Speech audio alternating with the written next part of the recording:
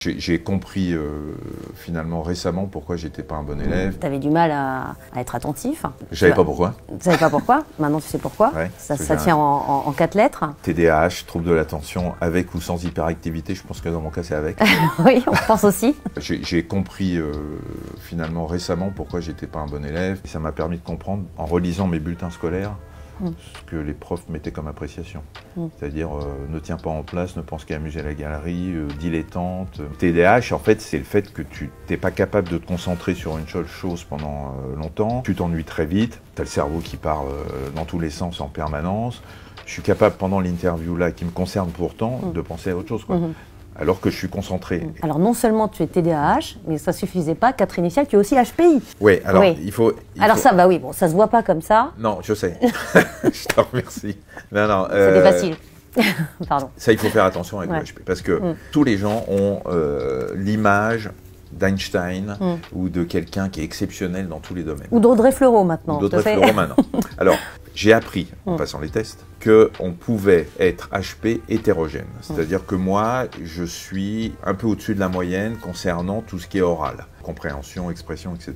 Mais le reste, je suis au niveau de tout le monde, de la moyenne des gens. Mais à partir du moment où tu sors du lot sur un des critères, on déclare que tu es HP. J'ai beaucoup hésité à en parler, parce que les gens qui sont spécialisés là-dedans disent que les HP, ils n'en parlent pas. Parce que sinon, les gens qui te connaissent ont la même réflexion que toi. Oui, c'est facile. Toi, t'es HP. Non, en quoi t'es HP? T'as rien d'exceptionnel. Il n'y a rien d'exceptionnel. Il y a une différence de traitement de l'information par notre cerveau. Je ne suis pas très bon dans plein de domaines. Je suis même mauvais dans plein de domaines. Mais à partir du moment où il y a un critère, on l'est. Et pourquoi j'ai parlé du TDAH et de HP?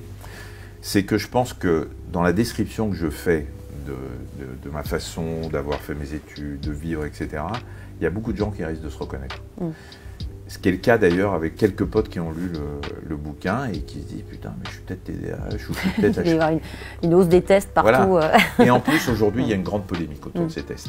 Parce que c'est vrai que dès qu'un gamin à l'école a moins de la moyenne dans une matière, les parents se demandent si c'est pas parce qu'il est HP et qu'il n'est pas du tout adapté à la scolarité. Et en plus, il y a un business, et les gens vont sur Internet, enfin bon, il faut qu'on calme un peu le jeu. Je dis aux gens qui vont lire mon bouquin, si vous vous posez des questions depuis des années, pourquoi j'ai fait ça, pourquoi j'ai eu tel comportement, pourquoi j'ai raté ci, pourquoi j'ai réussi ça, et que vous avez l'impression que ça ressemble un peu à ma vie, et que vous voulez passer des tests, faites-le.